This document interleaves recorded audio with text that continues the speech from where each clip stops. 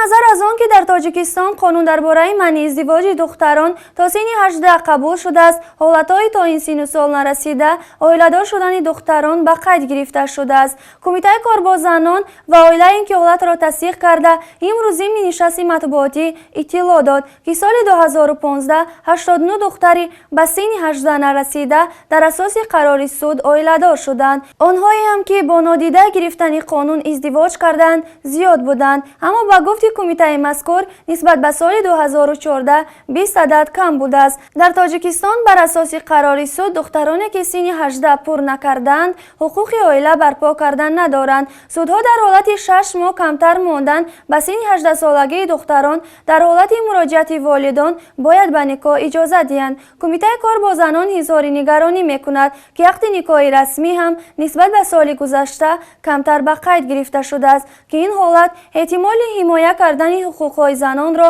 дар ҳолати ҷудошавӣ мушкилтар мегардонад. соли 2015 ақди никоҳи расмӣ 77020 ҳолат ба қайд гирифта шудааст ки нисбат ба соли 2014 18458 ҳолат кам аст.